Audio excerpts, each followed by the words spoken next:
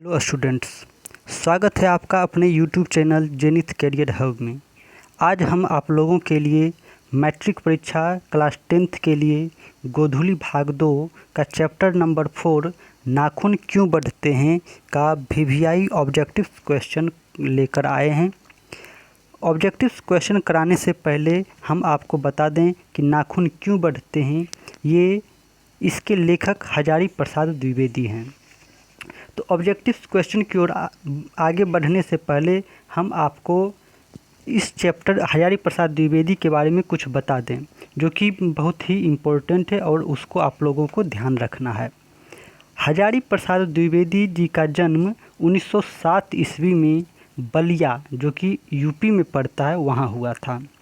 तो यहाँ से दो क्वेश्चन निकल के सामने आ गया कि हजारी प्रसाद द्विवेदी का जन्म कब हुआ था। 1907 ईस्वी में। कहाँ हुआ था? तो बलिया, यूपी में हुआ था। हजारी प्रसाद द्विवेदी जी जो थे वो संस्कृत, प्राकृत, अपभ्रंश, बांग्ला आदि भाषाओं के साथ साथ इनका तो साहित्य यानी हिंदी में तो पकड़ था ही, इनके साथ साथ इनकी रुचि इतिहास, संस्कृति, धर्म, दर्शन और आधुनिक ज्ञान विज्ञान में भी था। इनमें एक साथ कबीर, तुलसी और रविंद्रनाथ टैगोर की रचनाओं का भी समागम मिलता है। यानी इनमें हजारी प्रसाद द्विवेदी जी जो थे उनमें कबीर, तुलसी और रविंद्रनाथ टैगोर की रचनाओं का भी समागम मिलता है। इनके अनुसार, यानी इनका एक कथन था, उसको आप लोगों को ध्यान रखना है। वो कहते हैं कि भारतीय संस्कृति किसी एक जाति की देन नहीं, बल्कि समय समय पर उपस्थित अनेक जातियों के श्रेष्ठ साधनांशों के लवणनीर संयोग से विकसित हुई है। द्विवेदी जी का प्रमुख रचना था, हम कुछ महत्वपूर्ण रचना बताते हैं, उसको भी आप लोगों को ध्यान रखना है। इनका प्रमुख रचना था अशोक के फूल, यानी ये इनके द्वारा लिखा गया रचना है अशोक के फूल।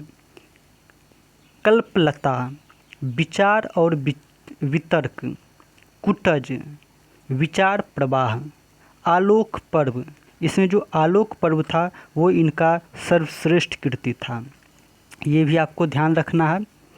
आलोक पर्व, प्राचीन भारत के कलात्मक विनोद, जो कि निबंध संग्रह है। बाण भट्ट की आत्मकथा, चारु चंद्र लेख, अनाम दास का पोथा, जो कि एक उपन्यास है। सूर साहित्य, कबीर, मध्यकालीन बोध का स्वरूप, नाथ संप्रदाय, कालिदास की लालित्य योजना, हिंदी साहित्य का आदिकाल, हिंदी साहित्य की भूमिका, हिंदी साहित्य, संदेश रासक, पृथ्वीराज रासो, नाथ सिद्धों की बानियाँ, जो कि एक ग्रंथ संपादन है। विश्व भारती, जो कि शांति निकेतन द्वारा निकाला गया था, इस पत्रिका के ये संपादक भी थे। तो इसमें हमने बहुत सारे इनकी रचनाओं को बताया, जो कि आपको ध्यान रखना है, क्योंकि ऑब्जेक्टिव क्वेश्चन में कोई भी पूछ सकता है। हमने आपको अभी बताया था कि द्विवेदी जी का जो आलोक पर्व था, इसके लिए, यानी ये इनका सर्वश्रेष्ठ कृति है और इसके लिए इन्हें साहित्य अकादमी पुरस्कार मिला था और भारत सरकार द्वारा इसके लिए, आलोक पर्व के लिए, पद्म भूषण से सम्मान किया गया था। साथ ही साथ लखनऊ विश्वविद्यालय द्वारा डिलीट का उपाधि मिला था इस आलोक पर्व के लेखन के लिए। द्विवेदी जी जो थे वो काशी हिंदू विश्वविद्यालय, शांति निकेतन विश्वविद्यालय, चंडीगढ़ विश्वविद्यालय आदि में प्रोफेसर और प्रशासनिक पदों पर भी रह चुके थे। इनका निधन दिल्ली में हुआ था 1979 ईस्वी में इनका निधन हो गया था दिल्ली में। हजारी प्रसाद द्विवेदी का ये जो रचना लिया गया है, जो कि आप लोगों को पढ़ना है, नाखून क्यों बढ़ते हैं, इनके द्वारा एक लिखा गया था ग्रंथावली, उसी से यह लिया गया है, यानी नाखून क्यों बढ़ते हैं यह ग्रंथावली से लिया गया है। और यह एक ललित निबंध है जो कि नई पीढ़ी में सौंदर्य बोध, इतिहास चेतना और सांस्कृतिक आत्मगौरव का भाव जगाता है। साथ ही आपको ध्यान रखना है कि नाखून क्यों बढ़ते हैं, इनकी एक छोटी बेटी थी जो कि एक क्वेश्चन पूछा था, यानी इनकी छोटी लड़की जो थी वो एक दिन पूछी थी कि आदमी के नाखून क्यों बढ़ते हैं। तो नाखून क्यों बढ़ते हैं इनकी छोटी बेटी ने पूछा था, और इस एक छोटे से क्वेश्चन ने इनके मन में कौतूहल मचा दिया और इस पे इन्होंने एक निबंध लिख डाला। वे कहते हैं कि नाखून का बढ़ना उनमें से एक है, केस का बढ़ना दूसरा, दांत का दोबारा उठना तीसरा, पलकों का गिरना चौथा है। यानी ये सब मानवता की श्रेणी में नहीं आते हैं, यानी ये पशुता की निशानी है। यानी पशुता की निशानी में हजारी प्रसाद द्विवेदी नाखून को उनमें सबसे प्रथम मानते हैं, दूसरा मानते हैं केस को बढ़ना, तीसरा मानते हैं दांत का दोबारा उठना और चौथा मानते हैं पलकों का गिरना। यानी ये सब इनके अनुसार पशुता की निशानी है। और आपको साथ ही ध्यान रखना है कि इनका जो इम्पोर्टेंट लाइन है इस चैप्टर का, उनमें वो कहते हैं कमबख्त नाखून बढ़ते हैं तो बढ़ें, मनुष्य उसे बढ़ने नहीं देगा। इस लाइन को भी आपको ध्यान रखना है। इनका इम्पोर्टेंट लाइन इसमें है कमबख्त नाखून बढ़ते हैं तो बढ़ें, मनुष्य उन्हें बढ़ने नहीं देगा। तो ये सब बातें आपको ध्यान रखना है द्विवेदी जी के बारे में। तो आइए चलते हैं और इसका इम्पोर्टेंट ऑब्जेक्टिव क्वेश्चन को देखते हैं। अधिक जानकारी के लिए आप जो हिंदी का आपका पाठ्य पुस्तक है उसको पढ़ें, वहाँ से आपको ज़्यादा जानकारी मिलेगी, डिटेल्स जानकारी मिलेगी। तो आइए ऑब्जेक्टिव क्वेश्चन की ओर बढ़ चलते हैं। हमारा आज का फर्स्ट क्वेश्चन है नाखून क्यों बढ़ते हैं, निबंधकार कौन है, यानी इसको किन्होंने लिखा है।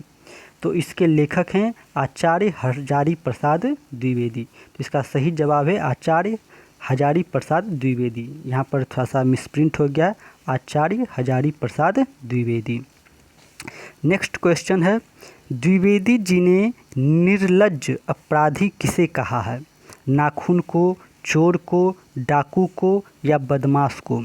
तो इस चैप्टर के नाम से भी पता चल रहा है कि निर्लज्ज अपराधी इन्होंने किसे कहा होगा। इसका सही जवाब है नाखून को। नेक्स्ट क्वेश्चन की ओर चलते हैं। नेक्स्ट क्वेश्चन है कामसूत्र किनकी रचना है, कामसूत्र किनकी रचना है, हजारी प्रसाद द्विवेदी जी का, पतंजलि का, वात्स्यायन का या रामानुजाचार्य का। तो इसका सही जवाब है वात्स्यायन का। कामसूत्र की रचना वात्स्यायन जी ने किया था। नेक्स्ट क्वेश्चन है सिक्कत का अर्थ क्या होता है, सिक्कत का अर्थ क्या है, साबुन, मुहावरा, दर्पण या मोम। इसका सही जवाब है मोम। सिक्कत का अर्थ होता है मोम। नेक्स्ट क्वेश्चन महाभारत क्या है, महाभारत क्या है, एक उपन्यास है, एक कहानी है, एक शास्त्र है या एक पुराण है। इसका सही जवाब है पुराण। आपको ये ध्यान रखना है कि इस चैप्टर में जो बताया गया है नाखून क्यों बढ़ते हैं, उसमें महाभारत को एक पुराण बताया गया है। ऐसे आप रियलिटी में देखेंगे तो ये एक शास्त्र है, इसमें महाभारत के बारे में आप लोगों ने नाम सुना होगा, लेकिन इस चैप्टर में बताया गया है कि महाभारत एक पुराण है। तो आपको ये ध्यान रखना है कि महाभारत एक पुराण है। नेक्स्ट क्वेश्चन की ओर चलते हैं। नेक्स्ट क्वेश्चन है किस देश के लोग बड़े बड़े नख पसंद करते थे, यानी किस देश के लोग बड़े बड़े नाखून रखना पसंद करते थे। ऑप्शन है गौड़ देश, कैकेय, वाहिक या गांधार? तो इसका सही जवाब है गौड़ देश। गौड़ देश के लोग बड़े बड़े नाखून रखना पसंद करते थे। नेक्स्ट क्वेश्चन, कौन छोटे छोटे नखों को पसंद करते थे? यानी छोटे छोटे नखों को रखना कौन पसंद करते थे? दक्षिणात्य, पौवार्त्य, मालव या मध्य देशीय? तो इसका सही जवाब है दक्षिणात्य। यानी दक्षिण के लोग जो थे वे छोटे छोटे नख रखना पसंद करते थे और बड़े बड़े नख रखना पसंद करते थे गौड़ देश के लोग। छोटे छोटे नख रखना पसंद करते थे दक्षिणात्य के लोग, यानी दक्षिण के जो लोग थे वे छोटे छोटे नख रखना पसंद करते थे। नेक्स्ट क्वेश्चन है, हजारी प्रसाद द्विवेदी जी का जन्म कब हुआ था? 1905 में, 1907 में, 1909 में या 1911 में? तो हमने अभी पहले भी बताया था कि इनका जन्म, हजारी प्रसाद द्विवेदी जी का जन्म 1907 में हुआ था और बलिया में हुआ था, जो कि अब यूपी में पड़ता है। तो इसका सही जवाब है 1907 ईस्वी में। चलते हैं नेक्स्ट क्वेश्चन की ओर। नेक्स्ट क्वेश्चन है, हजारी प्रसाद द्विवेदी जी का जन्म कहाँ हुआ था? समस्तीपुर बिहार में, बलिया बिहार में, बलिया यूपी में, इलाहाबाद यूपी में? तो इसका सही जवाब है बलिया यूपी में। बलिया एक बिहार में भी है, इसको आपको ध्यान रखना है। जो इनका जन्म हुआ था वो बलिया यूपी में हुआ था। नेक्स्ट क्वेश्चन की ओर चलते हैं, कौन मनुष्य का आदर्श नहीं बन सकती? कौन मनुष्य का आदर्श नहीं बन सकती? हजारी प्रसाद द्विवेदी इस चैप्टर में कहते हैं कि किसी एक के बारे में कि वो मनुष्य का आदर्श नहीं बन सकती है। तो आपको बताना है कि मनुष्य का आदर्श कौन नहीं बन सकती? शेर, बंदरिया, भालू या हाथी? इसका सही जवाब है बंदरिया। बंदरिया मनुष्य का आदर्श नहीं बन सकती है। नेक्स्ट क्वेश्चन है, देवताओं का राजा से किन्हें संबोधित किया गया है? यानी देवताओं का राजा किसे कहा गया है? महादेव को, विष्णु को, इंद्र को या फिर ब्रह्मा को? इसका सही जवाब है इंद्र को, जो कि वर्षा के देवता हैं। वर्षा के देवता इंद्र, इन्हें ही देवताओं का राजा कहा जाता है।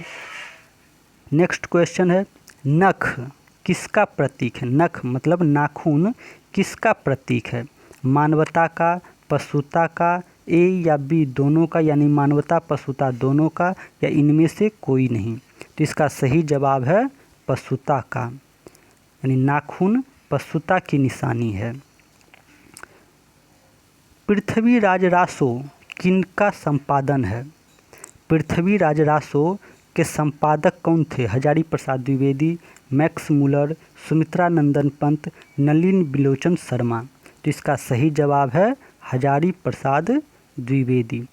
साथ ही हम आपको बता दें कि पृथ्वीराज रासो के लेखक थे चंदवर दाई, यानी ये बहुत पहले लिखे थे। पृथ्वीराज रासो एक किताब का नाम है, इसके लेखक थे चंदवर दाई और इनका संपादन हजारी प्रसाद द्विवेदी जी ने किया था। नेक्स्ट क्वेश्चन है, काशी हिंदू विश्वविद्यालय से हजारी प्रसाद द्विवेदी को कौन सी उपाधि मिली थी? पद्म भूषण, अशोक चक्र, विजय चक्र या ज्योतिषाचार्य? तो इसका सही जवाब है ज्योतिषाचार्य। काशी हिंदी विश्वविद्यालय से उन्हें ज्योतिषाचार्य का उपाधि मिला था और ये काशी हिंदी विश्वविद्यालय में प्रोफेसर और प्रशासनिक पद पर भी रह चुके थे। अगला क्वेश्चन है, हजारी प्रसाद द्विवेदी को पद्म भूषण की उपाधि से कब सम्मानित किया गया था? यानी हजारी प्रसाद द्विवेदी को पद्म भूषण कब मिला था? 1953 में, 1957 में, 1959 में या फिर 1961 में? तो इसका सही जवाब है 1957 में। तो किसके लिए मिला था? आलोक पर्व के लिए। ये आपको ध्यान रखना है कि आलोक पर्व हजारी प्रसाद द्विवेदी जी का एक महत्वपूर्ण रचना है जिसके लिए इन्हें साहित्य अकादमी पुरस्कार भी मिला था और भारत सरकार से पद्म भूषण भी मिला था और लखनऊ विश्वविद्यालय से डिलीट का उपाधि भी इसी रचना के लिए मिला था। नेक्स्ट क्वेश्चन है, अशोक के फूल की रचना किसने की है? दिनकर ने, सुमित्रानंदन पंत ने, हजारी प्रसाद द्विवेदी ने या फिर गुणाकर मूल्य ने? तो अभी हमने बताया था कि इनका बहुत सारी रचनाएं हैं, उनमें एक अशोक का फूल भी है। तो इसका सही जवाब है हजारी प्रसाद द्विवेदी। हम एक बार फिर से इनकी महत्वपूर्ण रचनाओं के बारे में बता देते हैं जो कि आप लोगों को ध्यान रखना है, जो कि इनका महत्वपूर्ण है। उनमें है अशोक का फूल, कल्पलता, विचार और वितर्क, कुटज, विचार प्रवाह, आलोक पर्व, सबसे इम्पोर्टेंट आलोक पर्व, वान भट्ट की आत्मकथा, चारु चंद्रलेख, अनाम दास का पोथा जो कि एक उपन्यास है, सूर साहित्य, कबीर, नाथ संप्रदाय, कालिदास की लालित्य योजना, हिंदी साहित्य की भूमिका, पृथ्वीराज रासो, संदेश रासक। ये सब इनका महत्वपूर्ण रचना है जो कि आप लोगों को ध्यान रखना है। नेक्स्ट क्वेश्चन है, हजारी प्रसाद द्विवेदी जी का मृत्यु कब और कहाँ हुआ था?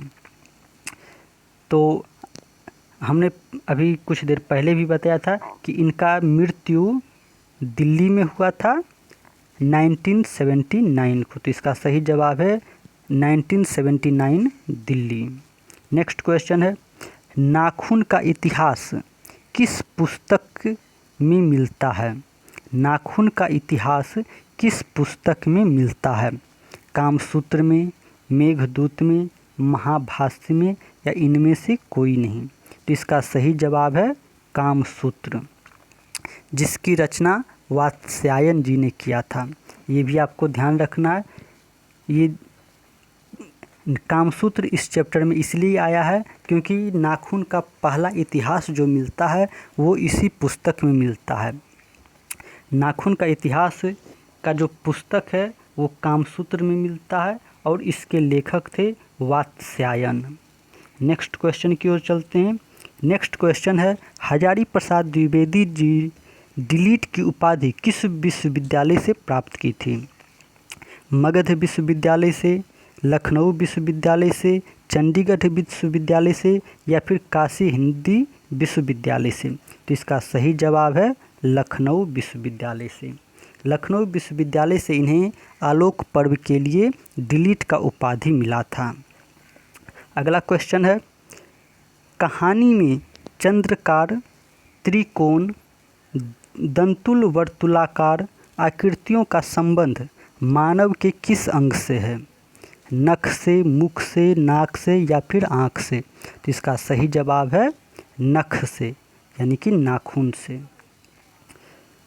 नेक्स्ट क्वेश्चन है, यहाँ पर थोड़ा सा मिसप्रिंट हो गया है। यहाँ पर है अलक तक, यहाँ पर थोड़ा सा मिसप्रिंट हो गया है, वो आप लोग ध्यान रखेंगे। यहाँ होगा अलक तक, अ ल क त संयुक्त क, अलक तक। अलक तक का अर्थ क्या है? तेल, आलता, हल्दी या फिर साबुन?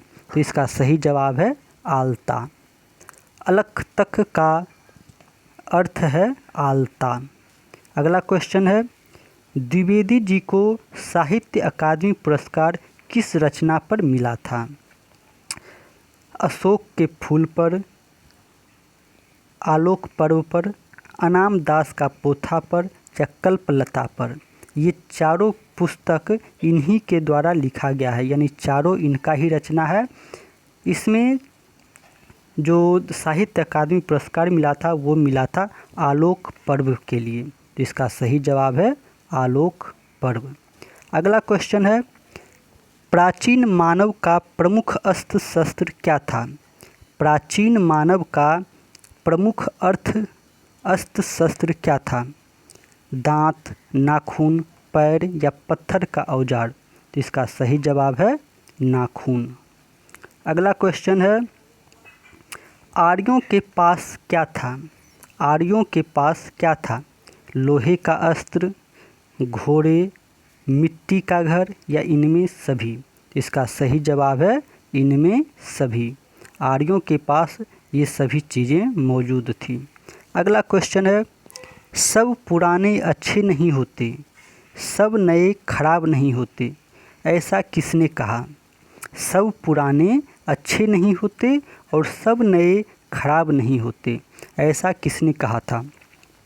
पतंजलि ने, कालिदास ने, वात्स्यायन ने या फिर कबीर ने? तो इसका सही जवाब है कालिदास ने।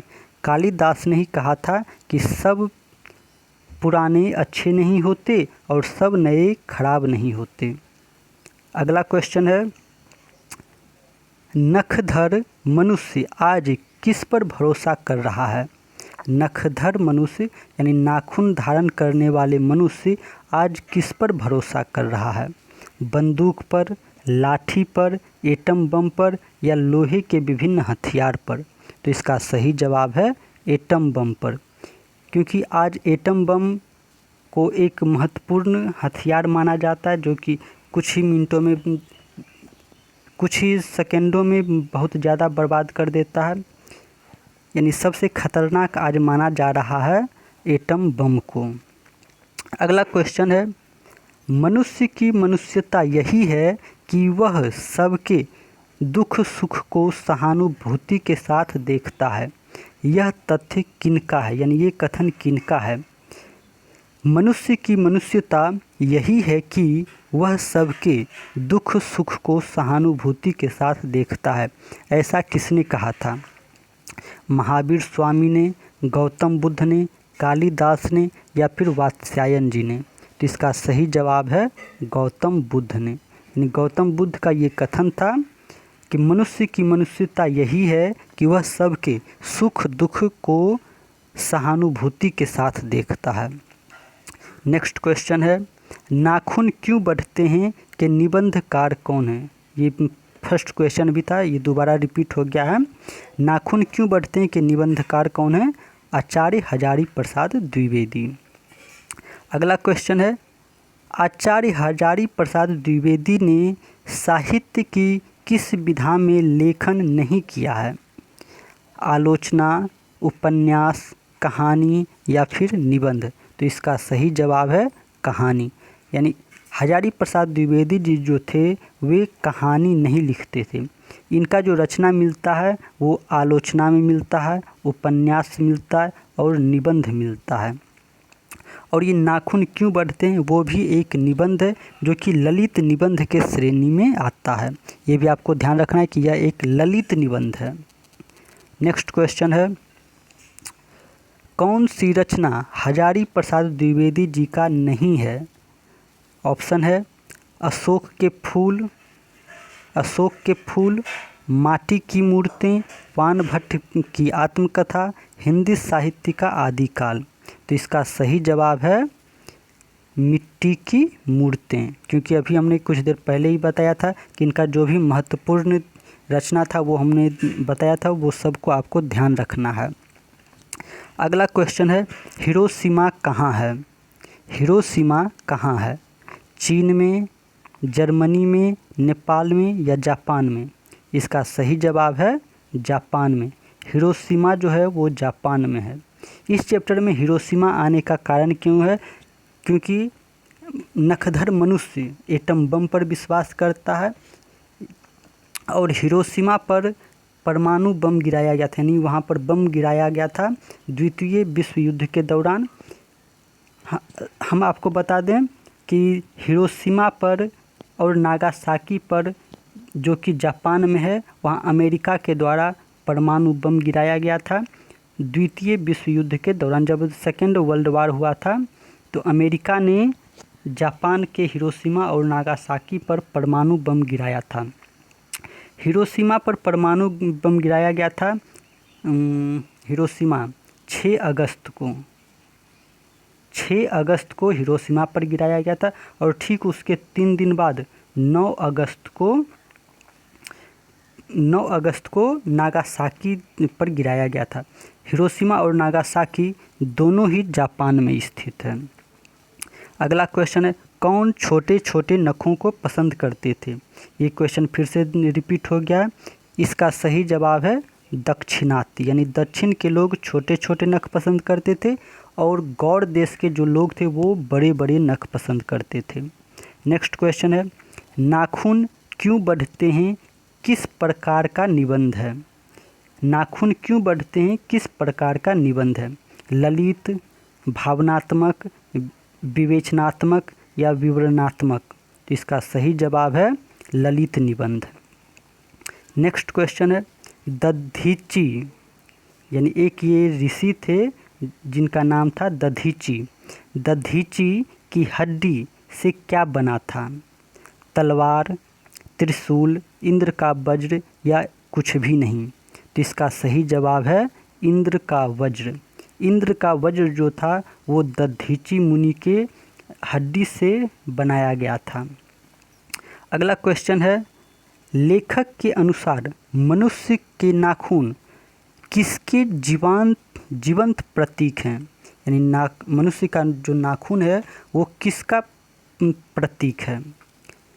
मनुष्यता का, सभ्यता का, पाशवी वृत्ति का या फिर सौंदर्य का? तो इसका सही जवाब है पाशवी वृत्ति, यानी पशुता की ये निशानी है, पशु के समान उसकी वृत्ति होती है। तो इस चैप्टर में बस इतना ही। इसमें हमने 35 इम्पोर्टेंट्स जो भी हमको लगा कि इम्पोर्टेंट क्वेश्चन है, ऑब्जेक्टिव्स क्वेश्चन, वो हमने आप लोगों को बताया।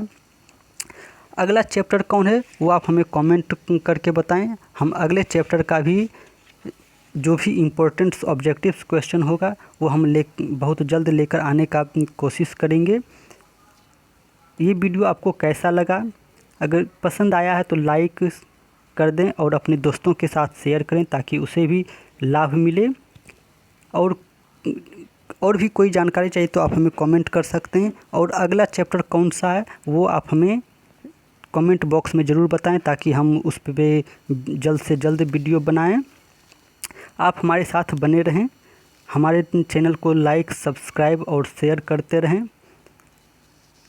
और कुछ भी अगर पूछना तो आप कमेंट करें, हम आपको रिप्लाई करने का पूरा प्रयास करेंगे। आप हमारे साथ जुड़े रहें, आप हमारे साथ बने रहें। हम आपका बहुत बहुत शुक्रिया करते हैं, इस वीडियो को अंत तक आपने देखा। जय हिंद, जय भारत। मिलते हैं फिर नेक्स्ट वीडियो में जल्द ही।